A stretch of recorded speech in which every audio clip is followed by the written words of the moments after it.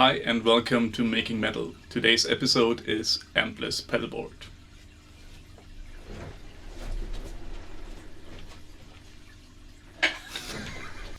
So why ampless? Well, real amps, especially tube amps, are just super cool and great sounding, and they are really heavy and really bulky. So especially if you travel with your own cabinet, it's just so much weight and space you have to take into account.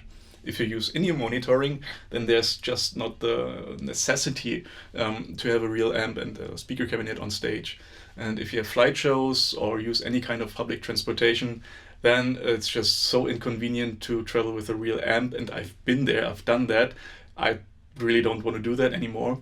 So Pedalboard is one good solution. Also, if you travel by car, and you, for example, two guitarists and a bass player each brings their own amp and cab, then it's so much space. And if you downsize to a pedalboard each, then you can also downsize the number of cars potentially and save a lot of money. So this time I want to build a pedalboard suited for a rock or metal gig. I want to use single components and most of them analog, and it should be within a reasonable size. So when we say ampless pedalboard, we still need a preamp, because in an actual amp, the preamp is basically what makes the sound and the power amp is what makes it loud. And the power amp is actually the heavy part. So next question is, do we need a clean sound? So to clean or not to clean? And this time I want to have a clean sound. So I chose the Le Crunch, which has a clean sound and a crunch sound. Let's put that guy on the pedalboard.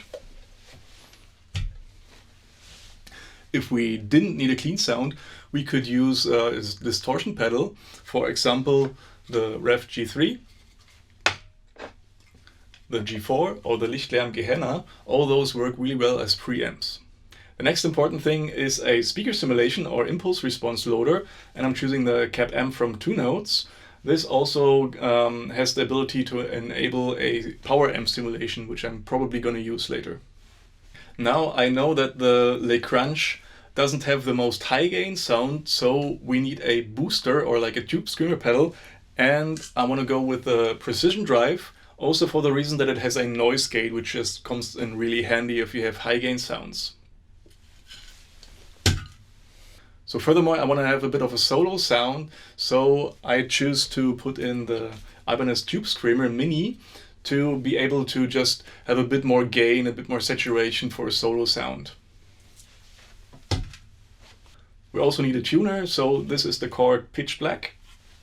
I also would like to have some delay for the solos, and I'm choosing the Electro Harmonix Memory Man. So for the clean sounds, I also want to have some reverb, so I'm choosing the Line 6 Verbzilla. I usually don't use it much, but today I feel like using some wah. So this is the Dime Crybaby from Hell. I also want to put in an extra EQ just to be able to shape the sound a bit more. So this is the Carry Fucking King 10-band EQ from MXR. This all has to be powered, so I'm choosing the Voodoo Lab Pedal Power 4x4, because this one has the ability to have 2 times 12 volts, which I need for the 2 Notes devices.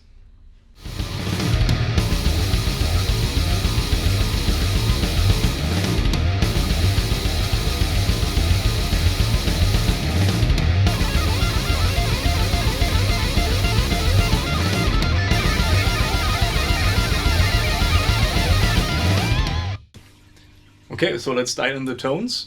The clean sound without a clean preamp, so directly the guitar into the impulse response loader would be like this. And a bit loud.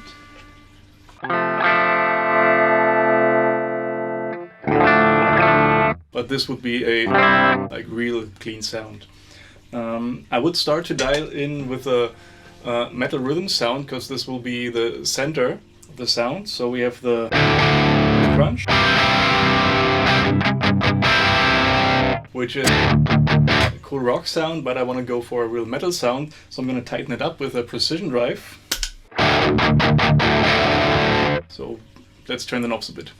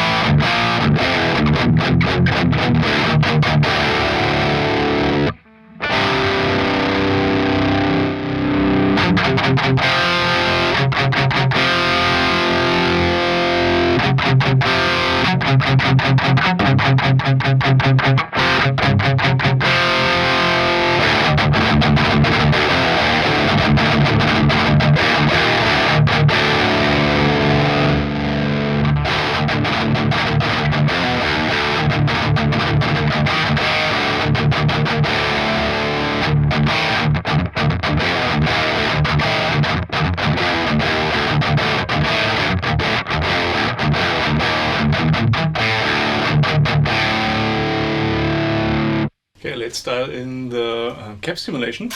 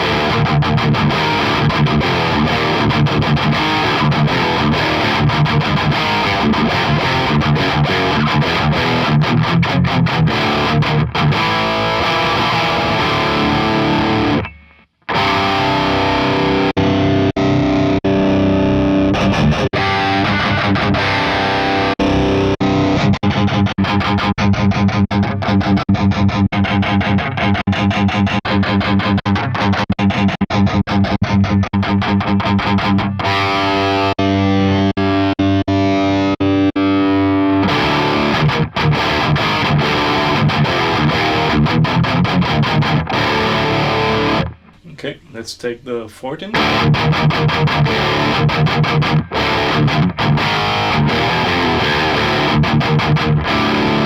So this is a good base for the rhythm tone.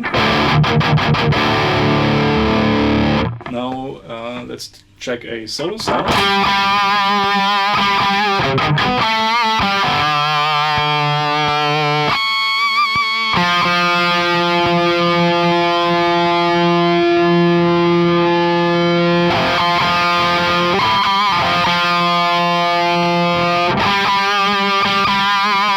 Just a bit more overdrive and more gain that comes also into the next distortion, so you're staggering distortion, and this makes just a more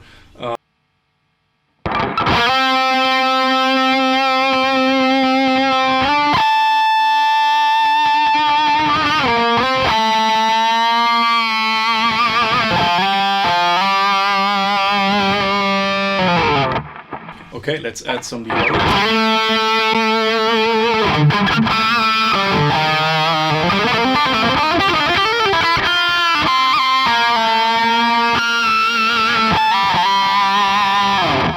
And since we have it on the pedalboard, let's use the wah.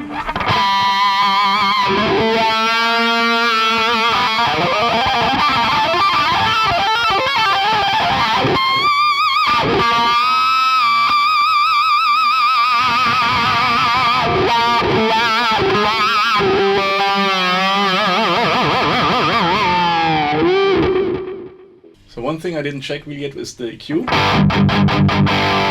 What I want to do is do a bit of a low cut and a high cut, and I might boost maybe around 2K, because that's usually just the frequency I like.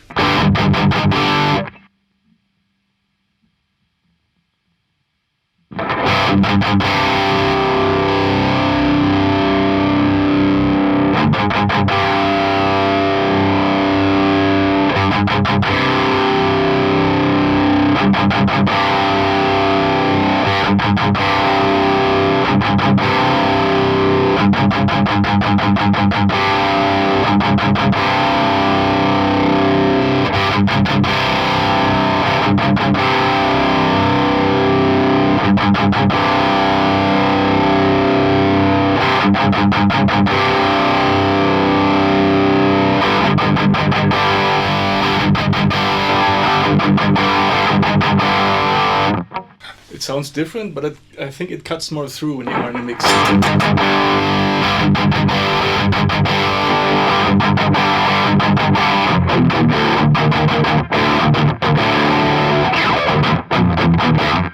Last but not least, the clean sound.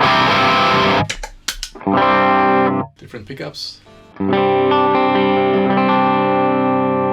Let's add some reverb. And this time I'm going for a really ambient reverb, so I use the octave setting also and have a really long time and a long decay.